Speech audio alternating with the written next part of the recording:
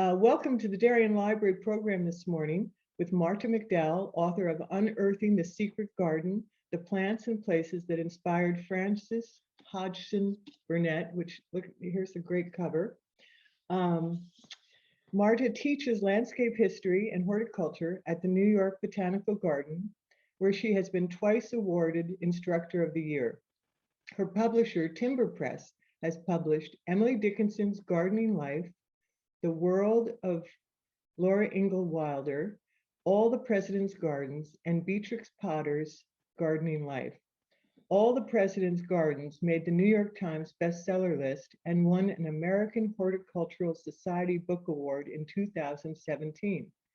Beatrix Potter Gardening Life won a Gold Award from the Garden Writers Association and is now in its 8th printing.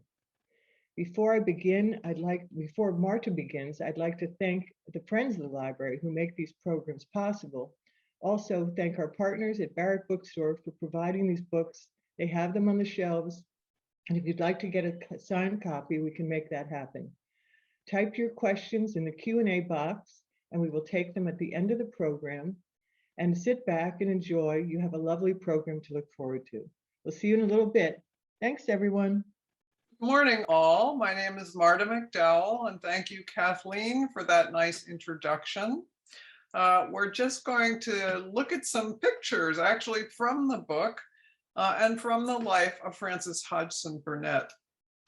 So that's the way we will begin.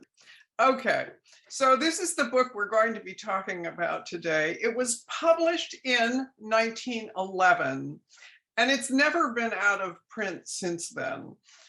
So it was popular from the start, and I got interested in this book because I loved this book. And I write about people who garden and who are also authors, or in some cases, artists. And so I thought, well, what about Frances Hodgson Burnett? Well, I found out a couple of things right off. The first was that Burnett wrote professionally from the time she was a teenager until the end of her life. She was very prolific. So she would be really puzzled if she knew that we were here today talking about her related to gardening, because she didn't create any kind of substantial garden until she was 50 years old. From then on, she gardened very enthusiastically, but she got a late start. She would also be puzzled that we think of her as a children's author, because she wrote somewhere in the neighborhood of 40 novels, and most of them, the majority, were for an adult audience. But she has completely forgotten, that whole aspect of her work, totally forgotten. So we think of her as a children's writer.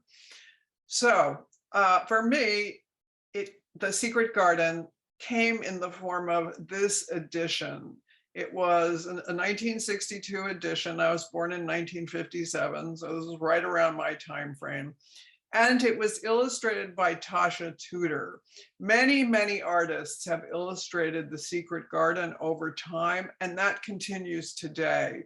New editions and new adaptations of The Secret Garden continue to come out, and many new artists are attracted to it. I think that she hit a universal theme, this theme of discovery, this theme of sort of metamorphosis and healing that can come with a connection to nature through gardening.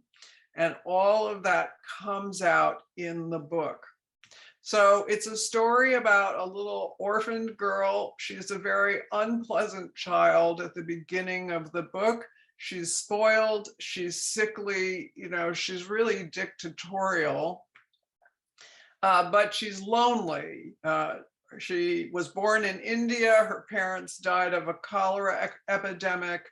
She is sent to England to live with her widowed uncle on his estate in Yorkshire, which is called Misselthwaite Manor. And mostly she's left on her own.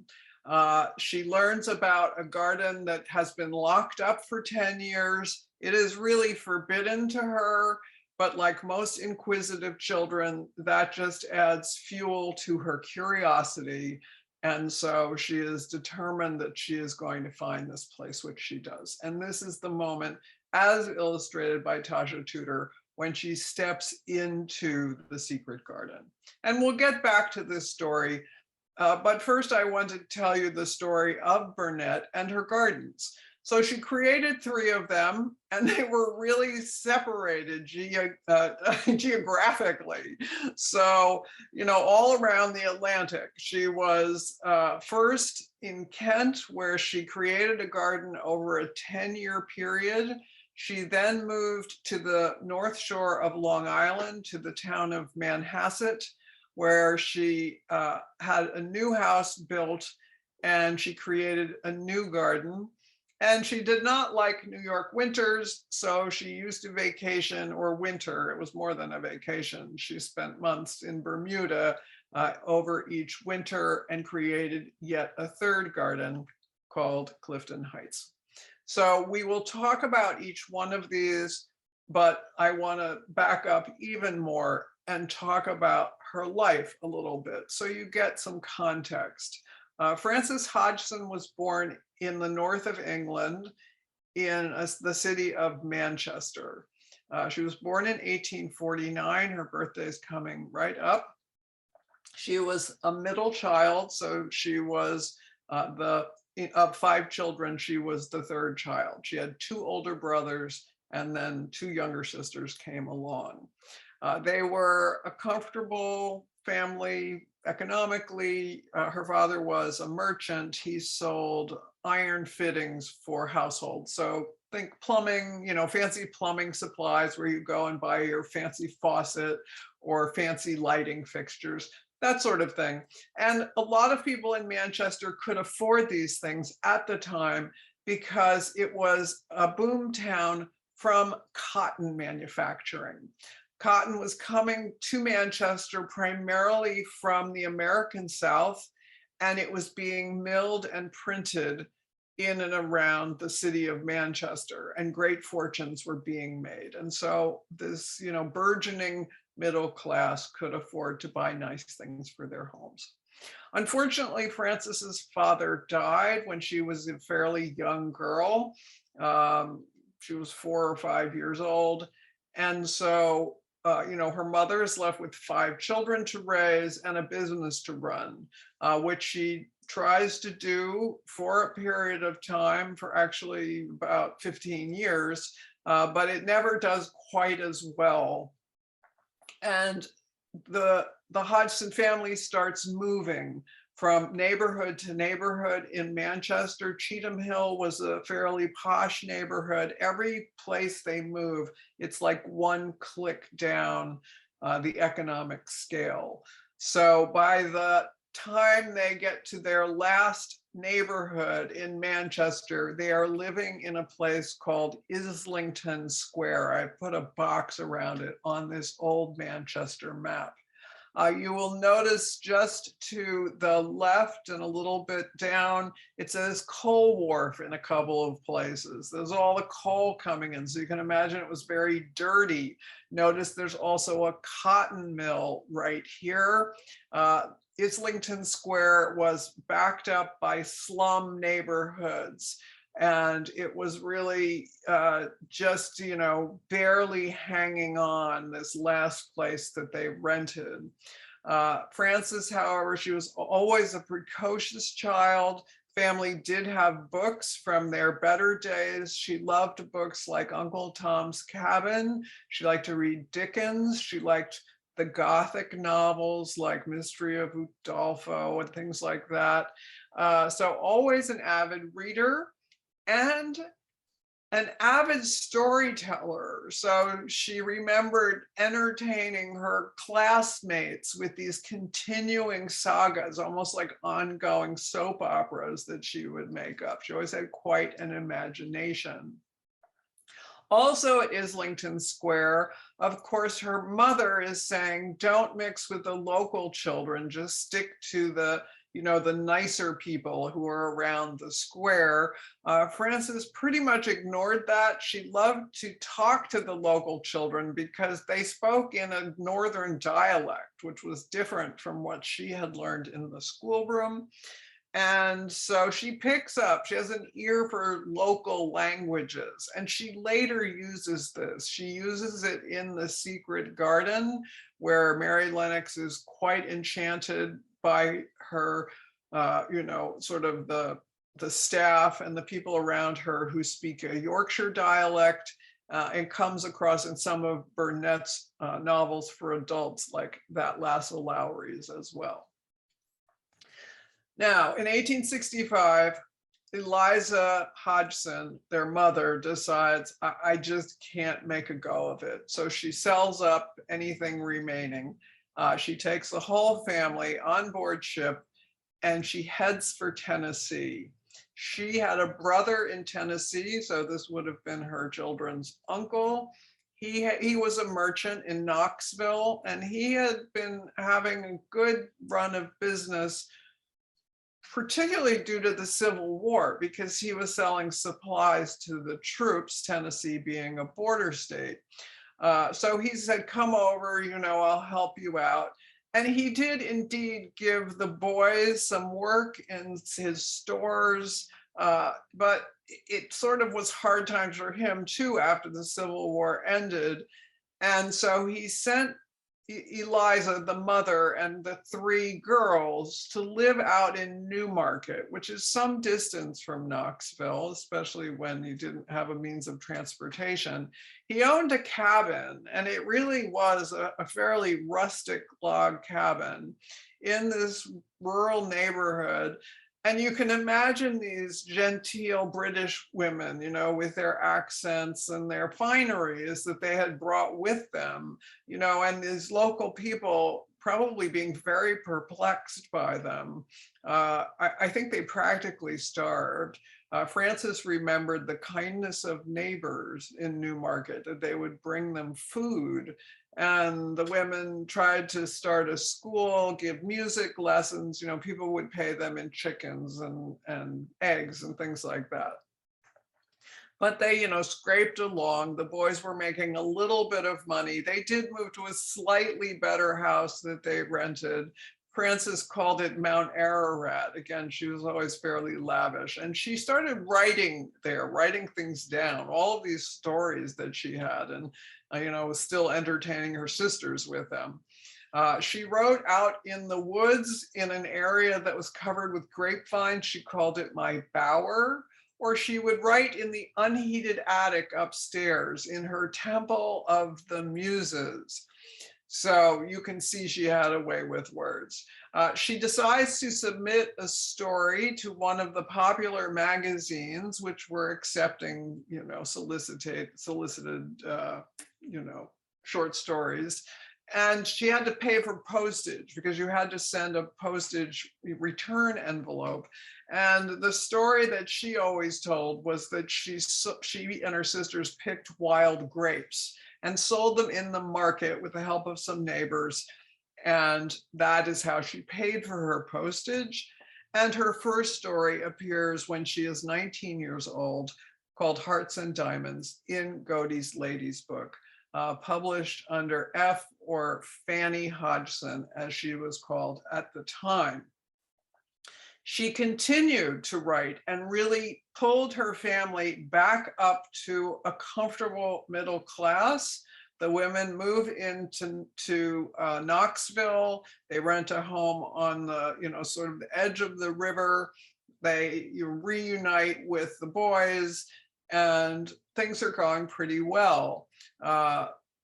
Frances starts to see her value, and she writes to her editor and says, I was never known as Fanny until I came to America. So from now on, Frances Hodgson, if you please. And very soon, Frances Hodgson Burnett, because she married a boy that she had met in Newmarket. He was a neighbor. He was studying to be a doctor. So she marries Swan Burnett. A year later, they have their first son, Lionel. Then they moved to Paris for Swann to complete his training as an eye doctor. And Frances is a working mother because she is supporting the family. So she has a contract to produce X number of stories during their stay. She has an infant. I think they did bring along one servant, but soon she's pregnant and has her second son, and that boy's name is Vivian, and you see them both in this picture with Frances. So they move back to the States. They settle in Washington, D.C. Frances publishes her first novels. She, again, establishes herself really as a figure in the literary community. Swann starts his eye doctor practice. They buy a home on I Street in Washington, no longer there. But she always remembered things like the birds that nested outside her window. She would write on the third floor up the top of that house. She remembered the smell of lindens on Massachusetts Avenue. They were very famous, decades before Washington had cherry trees. Then in 1886, Burnett has a really breakout story. She had a reputation, but this made her a megastar. Little Lord Fauntleroy. Everyone was reading this book. Mark Twain bought it for himself to read and to give to his daughter, one of his daughters, for a Christmas gift. Burnett always said she was inspired to write this by her son Vivian, who also was quite precocious. I noticed that she liked to dress Vivian up in these outfits, a sort of velvet suit, lace collar and cuffs. Vivian did call her dearest, even in letters, and that is a part of the story of Little Lord Fauntleroy and his mother. But Fauntleroy suits became quite a craze. I mean, this book was like, Harry Potter. Everyone was reading this book. And this craze for Fauntleroy suits, dressing up your little boys with these fancy, almost royal type suits, persisted for a long time, because I found this, it's suddenly this picture, which I'd always had, made sense. This is my mother and three of her siblings. There were actually, eventually, there was another one, but there was just the one boy. And notice that my Uncle Dewey, his name was Robert, they called him Dewey, my grandmother has dressed him up in a velvet suit with lace collar and cuffs. This is 1925. The book was published in 1886. So, really a long run. And I will also say my grandparents did not have two nickels to rub together. So somehow my grandmother scraped enough together to buy this suit for her one son. Little Lord Fauntleroy. Even Louisa May Alcott comments on it. She writes to a friend, "Yes, I am reading Lord Fauntleroy. I think it is charming. I see Mrs. Burnett as often as I can. She is rather better, but mends slowly and needs years of rest for her overworked brain. What a pity we cannot buy a new head as we do our bonnets." I found that fascinating for a number of reasons. Of course, Louisa May Alcott was also a professional writer for most of her life and also raised her family up out of near poverty to a comfortable living.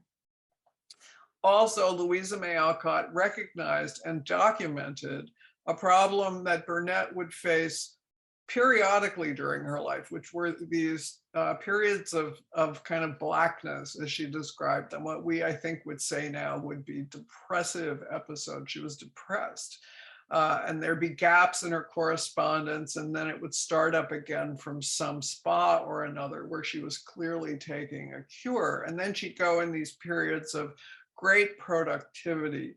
So again, I think she was always faced with some psychological challenges and some physical challenges that went along with that. So again, it wasn't an easy life all of the time. And by this point, Burnett is also really, in fact, basically separated from her husband. She traveled a lot. I think they drifted apart.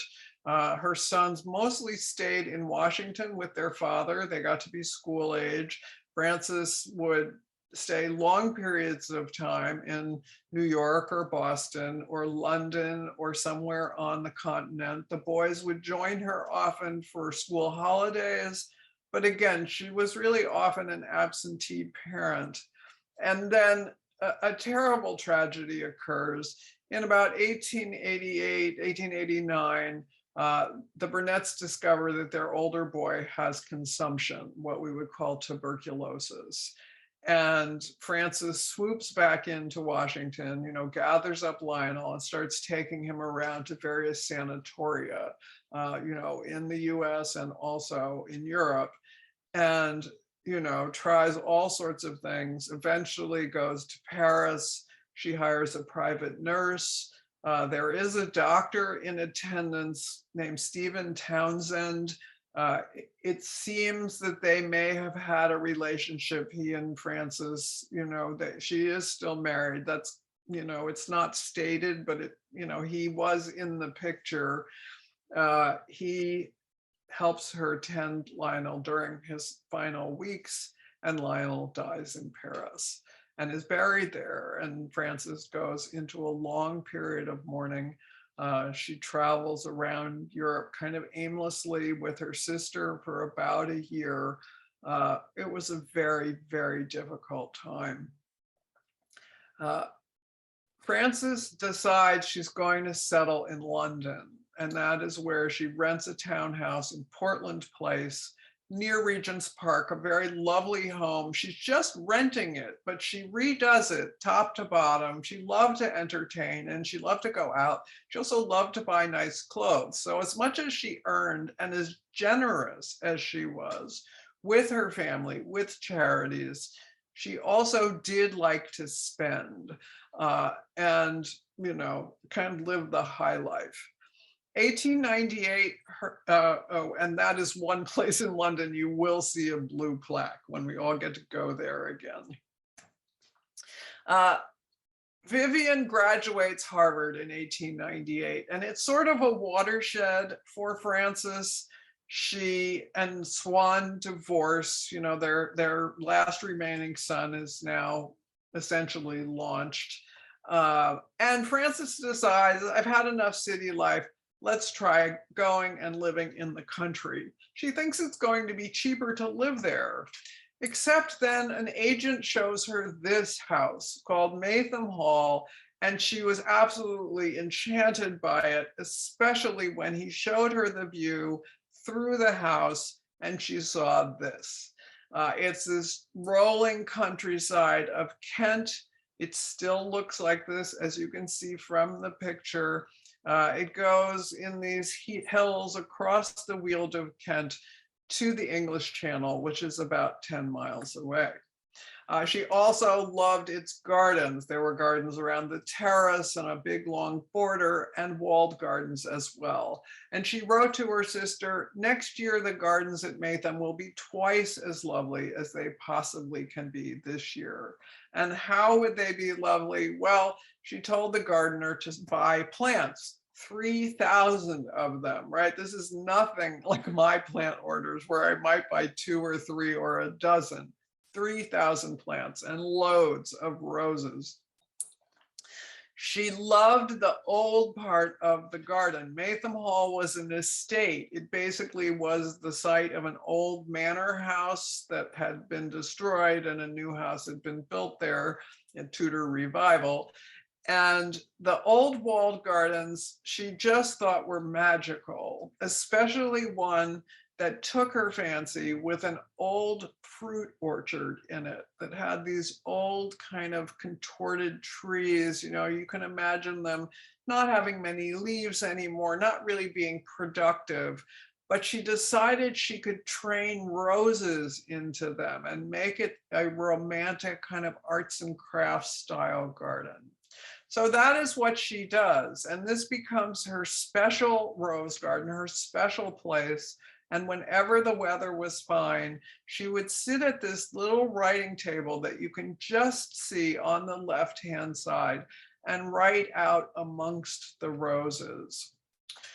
a little bird started visiting her, a robin. And when I read Burnett and read about robins, I was always picturing an American robin because I grew up in New Jersey and that's the robin I knew. But she was really referring to a little English robin. It's about the size of a wren or a sparrow.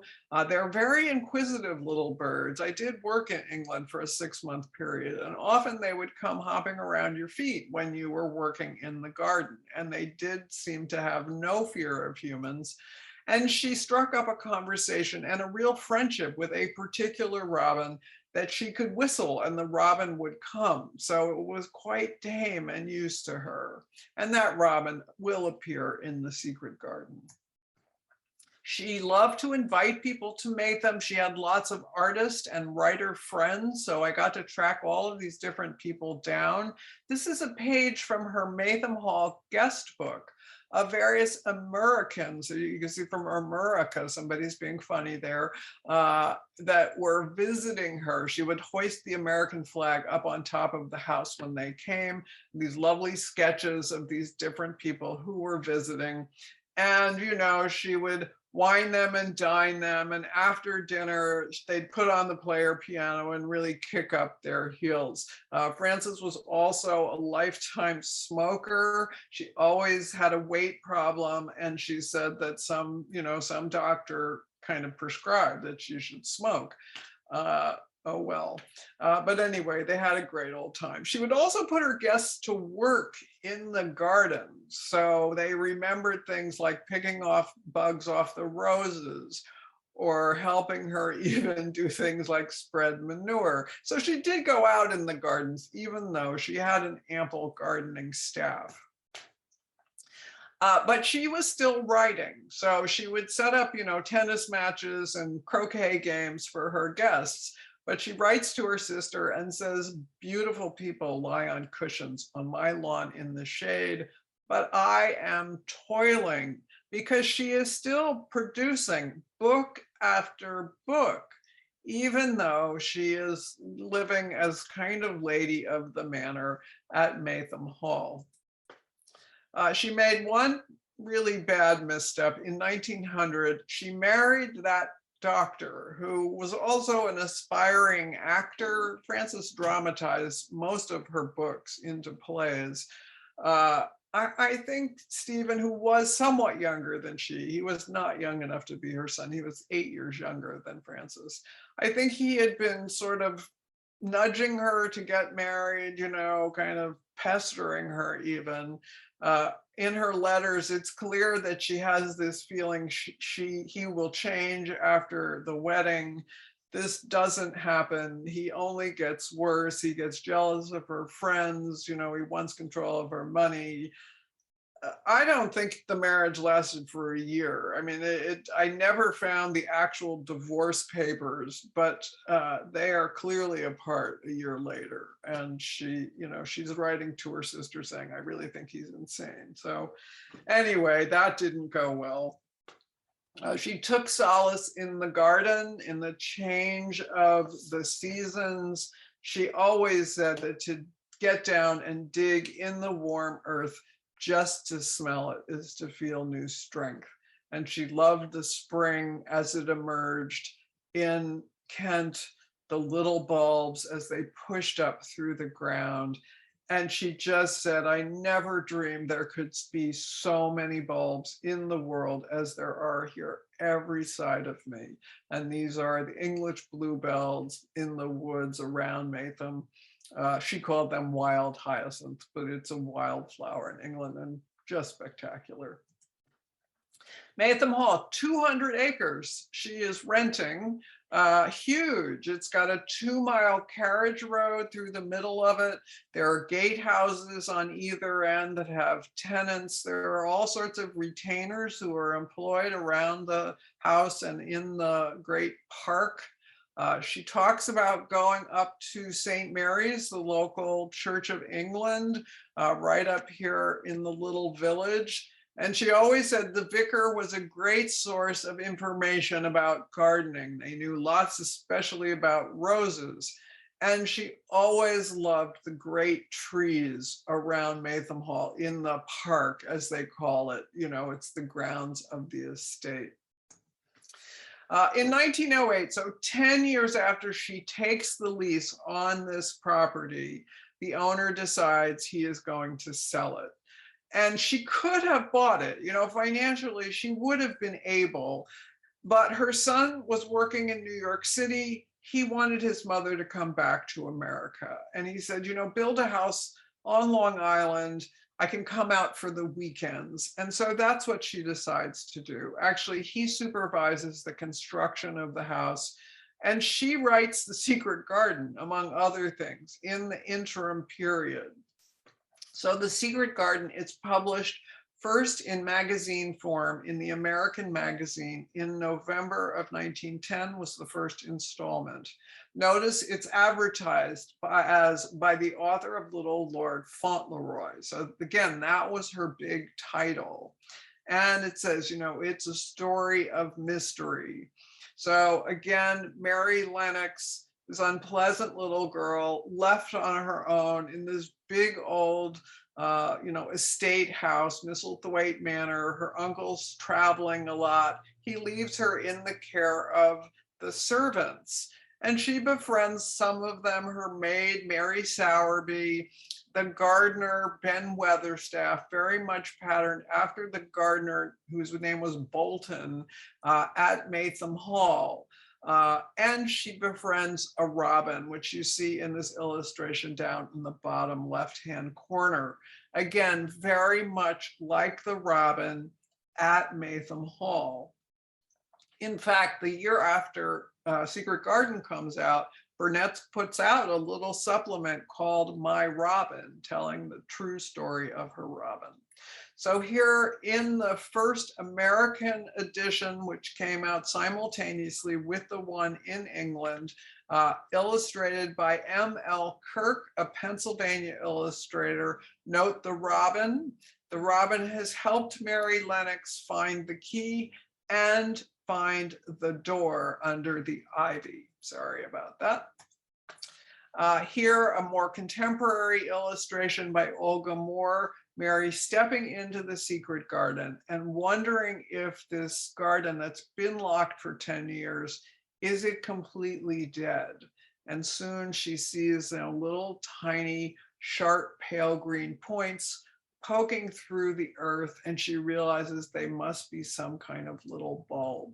And so she starts to understand that the garden is just really asleep and that she might be able to bring it back. If you have never read The Secret Garden or haven't read it in a while, I suggest you reread it. It's really a very poignant description of coming upon a garden in the winter and watching it come back to life in spring. Many, many parallels with Maytham Hall. So the Secret Garden is walled just like Frances's Rose Garden. It has a sundial, so does the Rose Garden at Maytham Hall. And the new characters are introduced. There's a character named Dickon, a little local boy. He's actually her maid's brother. So Dickon Sowerby has this kind of, again, enchanted, almost fairy-like quality. He can charm the animals. He knows everything about gardening. And he speaks Yorkshire, and isn't that a wonderful thing? There's a famous scene where Mary asks her uncle in a sort of sly way, may I have a bit of earth, to grow things? And her uncle kind of says, well, sure, are you sure you don't want a toy or a book? But you can have a bit of earth. Because remember, she is in a forbidden space. So she asks him without telling him that she's actually discovered the key and the door to the secret garden. But again, Uncle Archibald, mostly he's away. He travels a lot. Again, very much like Burnett traveled a lot. So things that I found in Burnett's letters, I found in the book. So those were just wonderful moments. For example, there's a scene where Mary is on a rainy day trying to find something to do. So she starts exploring the closed up rooms, which are also off limits to her, and she ignores that. And she finds a collection of ivory elephants that she plays with. I found in Burnett's letters, a letter where she's describing a trip to Switzerland, and she's in the town of Montreux.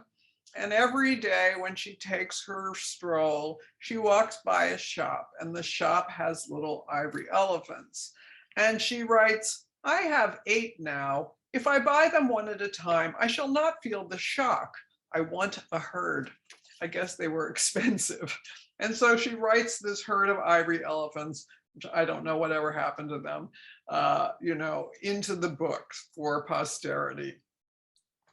She also writes in a little invalid boy. And I have to think this is sort of like Lionel. The boy is, it turns out, Mary Lennox's cousin, right? It's the son of her uncle and her deceased aunt, evidently, born right when the aunt dies. And so he's ill, he's bedridden, he's spoiled. There are fireworks between these 2 children, but they get to be sort of friends in a way. And Mary eventually lets Colin in on the secret of the garden as well. So she and Dickon take him out in his wheelchair into the garden, which helps to restore him. So again, I feel like in a very sad way, Frances is kind of rewriting the story of her own son, that she can, at least in fiction, cure this little boy who has been, and girl, right? So she cures Mary kind of psychologically, and Colin psychologically and physically, and they both, one way or another, been neglected by parents. And and it kind of comes together at the end. Frances wrote to one of her friends, the book, meaning The Secret Garden, was our rose garden, as it would have been if it had been locked up for years and some hungry children had found it. So, that just kind of underscored it for me that, yes, this was what she had intended in fiction. She built this new house. Actually, again, her son sort of supervised the construction. She at first called it Maytham. I found this old piece of correspondence of stationery in the library at Manhasset, and noticed that for a while she thought, I'll call it Maytham, I'll honor that name, but she drops that and just calls it Plandome Park.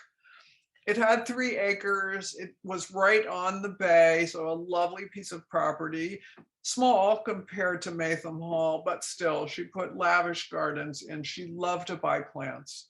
One of her friends said, Mrs. Burnett buys plants the way a bibliophile buys books. And always, always roses. Here are roses at Plandome Park on these beautiful arches.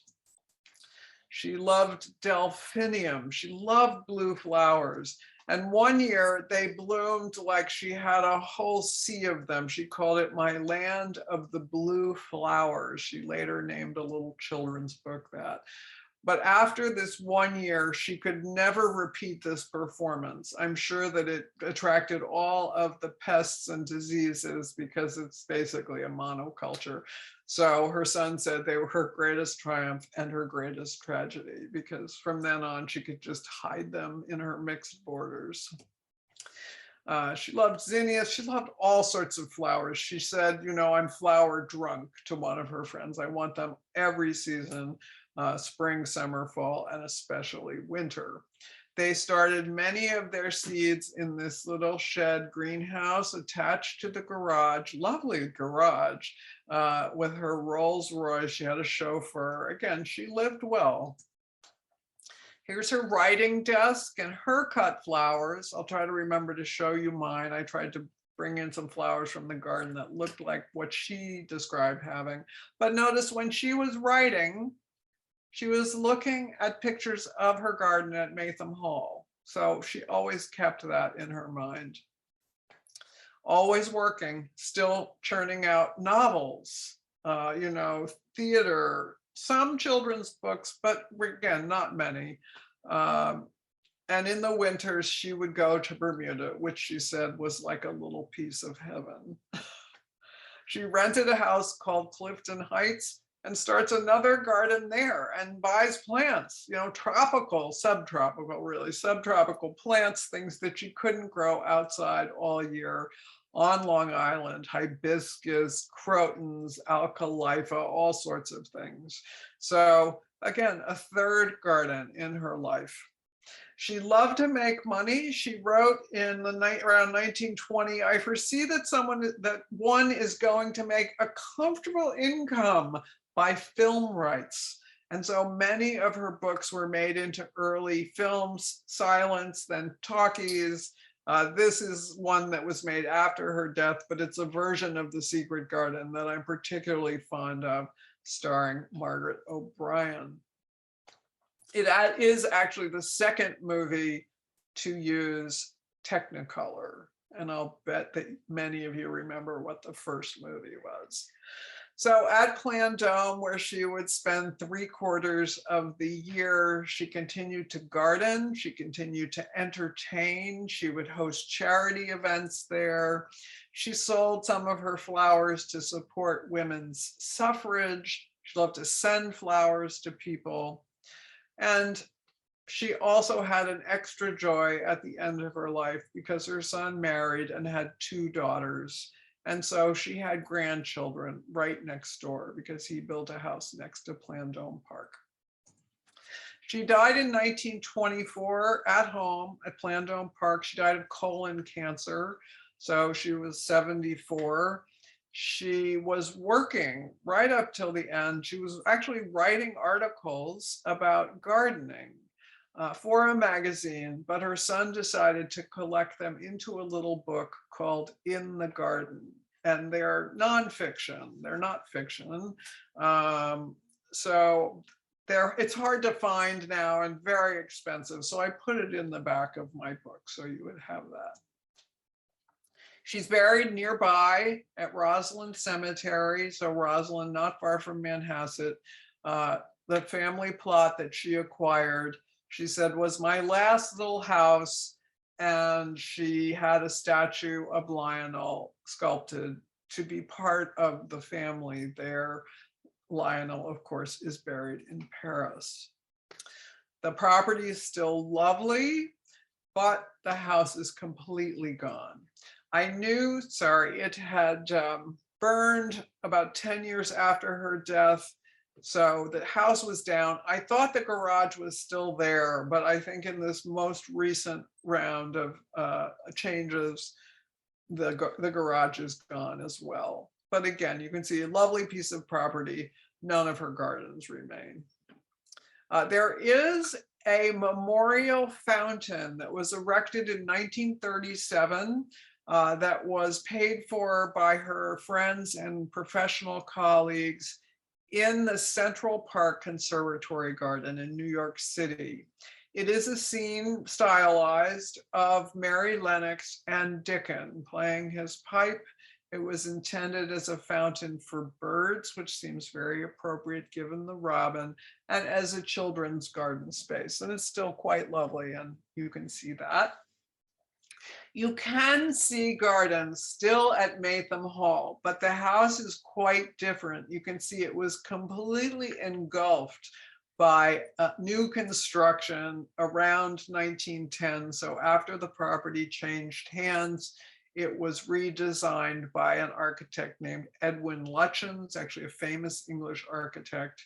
He also redid the gardens. I do not know if Gertrude Jekyll had a hand in them. I could not find any indication of that, but they still do keep the old walled gardens kind of in the honor of Frances Hodgson Burnett, who certainly is the most famous person to have lived there. And there's a plaque on one of the entrance gates that says The Secret Garden. So that is the story of Mary Lennox and how the story of Mary Lennox was inspired. And so I hope you enjoyed it, and I'll just stop now and see what questions you have, if any. Okay, let me see what we have here. Let's see. Hi, people are saying hi. Gorgeous book cover. Someone guessed The Wizard of Oz. Yes, that is absolutely Okay. true.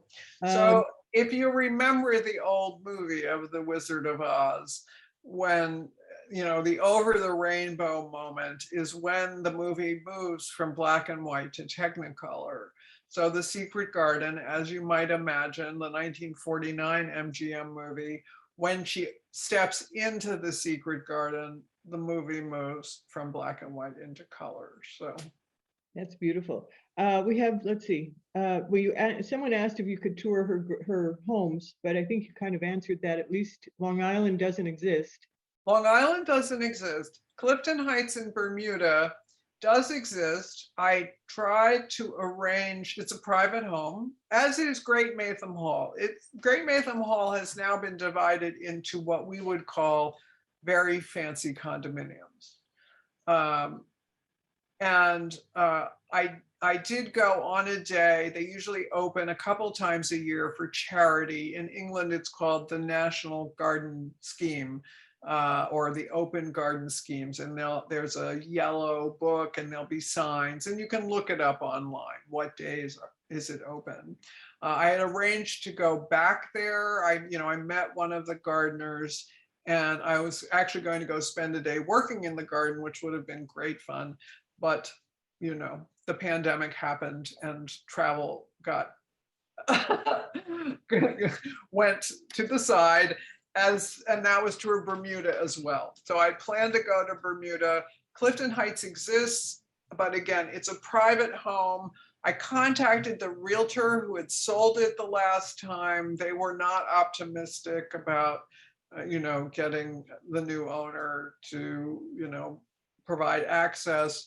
And I will say, again, that travel was canceled, but looking from Google image, you can see the house. It has a big swimming pool in the back, and it doesn't look like much of a garden. Someone asked, are there any descendants still with us? Yes, in fact, her great-great-granddaughter wrote a little afterword for my book. I met her at a conference. And so, yes, absolutely. There are still direct descendants of Vivian Burnett and his wife, still living and still gardening. Wow. Let's see. Someone wants to know about your own garden. If there's my own garden. So I picked these in my garden. So they're shedding a little bit, but you can see some of the things that Frances talked about. So she talks about dahlias. She talks about chrysanthemums, which wouldn't be cushion mums, right? Nowadays, when we think of chrysanthemums, we think of the things that you buy in the fall, and they're all these like sort of globes. She would have grown old-fashioned mums like this one. And you can still find them if you look. One is called Sheffield, another one's called Clara Curtis. And they're lovely plants, and they bloom and bloom at the end of the season, and they look good from year to year, unlike cushion mums, which never look good the second year. Asters, she talks about. Zinnias, my zinnias are over. Annuals like lantana, yarrow. She loved blue, so she had salvias in addition to delphinium and larkspur and things like that. So I love flowers. I do not have much sun on my little property. I do not have 200 acres, nor do I have 3 acres. I have probably less than a half an acre. It's a very nice little suburban lot here in northern New Jersey, but lots of shade because I also love trees. So the one little band of sun around my house is jammed with way too many flowers because I love them. And I have a lot of shade gardens, so it's very pretty in the spring when all the ephemerals are blooming. And then I grow flowers like zinnias at a community garden plot because they need full sun. That sounds great. Someone wanted to know what you're working on next. I am working on a book about garden and plant themes in crime fiction. with a working title, Gardening Can Be Murder. So I'm reading lots of murder mysteries, old and new. The oldest I found that has a gardening detective is The Moonstone by Wilkie Collins, who was a friend and contemporary of Charles Dickens, right up to authors who are still publishing new books now. So someone was asking about signed copies at Barrett Bookstore. We'll get some book plates to Barrett's, and they will have those available probably next week. yeah, so again, I'm in New Jersey, you're in Connecticut, but I can mail them. Kathleen, if you send me the contact information at the bookstore, I'll send a set of signed book plates so they can stick them in, and I'll send you some of my cute bookmarks that go with the book so that everybody who buys from your local bookshop can get a special book. That sounds great. What a good present. Someone asked, how do you pick your subjects? Well, sometimes they pick me. And in the case of this one, I think it definitely picked me. That was true of Emily Dickinson and Beatrix Potter. With the White House book, that was a little bit different. And Laura Ingalls Wilder, those came in kind of from the editor's side, where they made a suggestion and I kind of adapted from there. With this one, it struck me one day, why haven't I ever written about The Secret Garden? Because I loved that book as a child and as an adult, and it still makes me cry. So you can tell what kind of person I am. I listened to the audio book, and it's like, and at the end, where you get this big scene where Uncle Archibald finds all the children in the secret garden, and he finds his son can walk again and is a healthy little boy. I'm crying, in the car, which is really not a good idea while you're driving. Well, it's a lovely book. Did you have a chance to read any of Burnett's other books, her adult titles? A couple. I read the Shuttle, which is interesting. It has nothing to do with weaving, but it's the word shuttle, S-H-U-T-T-L-E, which is about shuttling back and forth across the Atlantic. She lived in the age of steam travel, luxury steamliners, and that was the way people traveled. She always traveled first class. She was not in steerage. And so it's about this, kind of going back and forth in the relationships you have. It also had something of a garden theme to it and was written around the Maytham Hall period. I read her first novel, which is called That Lass o' Lowry's. Again, it's a novel set in the north of England. It's also got people of a lower class, so there's that dialect, in that, it's a heavy accent. The way Mark Twain and Huckleberry Finn, if you read Huck Finn or Tom Sawyer, he writes in a Southern dialect. She's writing in an English dialect, and that was true of the Yorkshire as well. And I will say, if you are in a place like Scotland and you hear locals speaking to one another, it is very difficult to understand them because they are speaking with different words and a very different sort of pattern of English, the English language. Anyway, I wanted to bring some attention to the grid, the plant grid that you have in the back of the book. Could you talk about that a little bit? Yes. So, I'm the kind of person I like to count things. So as I'm going through The Secret Garden and going through all of her voluminous correspondence, I tracked her mentions of various plants so that if people were interested in trying to grow some of the things she grew, that they could know where it was that she grew them.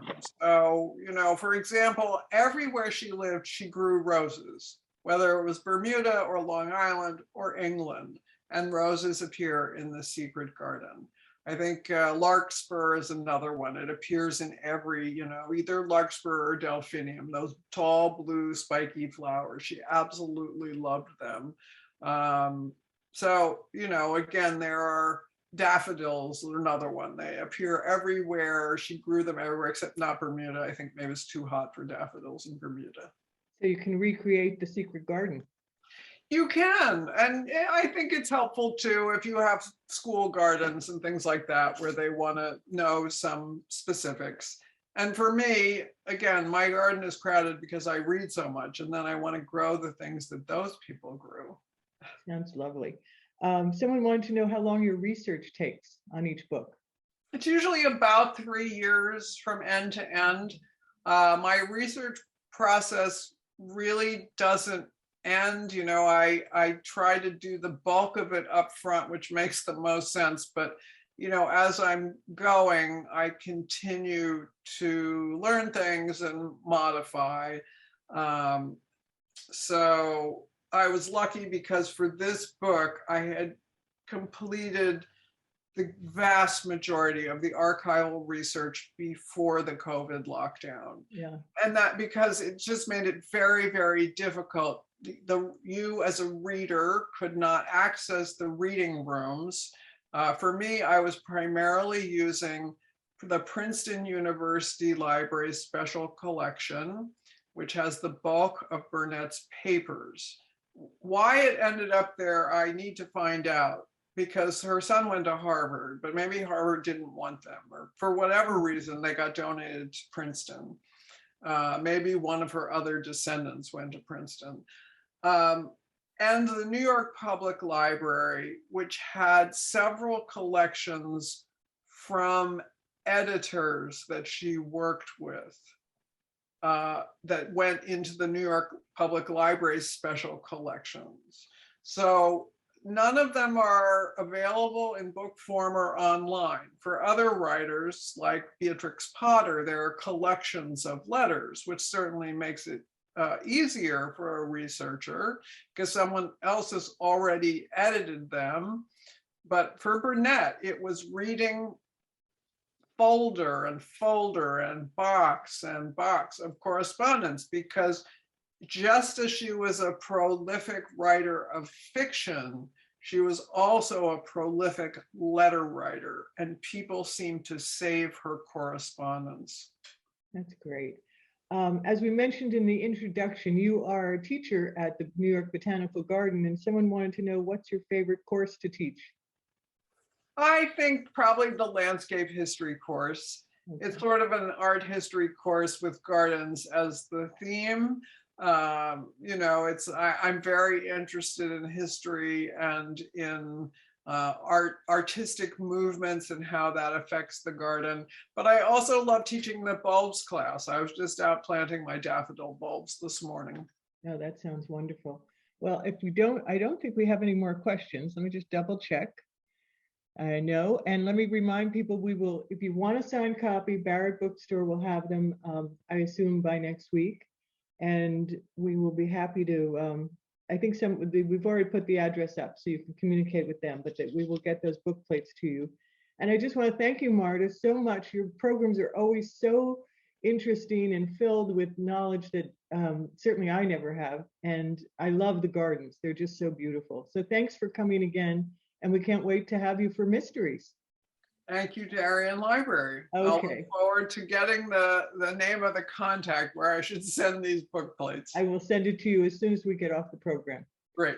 Okay, thanks everyone. Bye, everyone. Yep, enjoy this beautiful day. See you soon.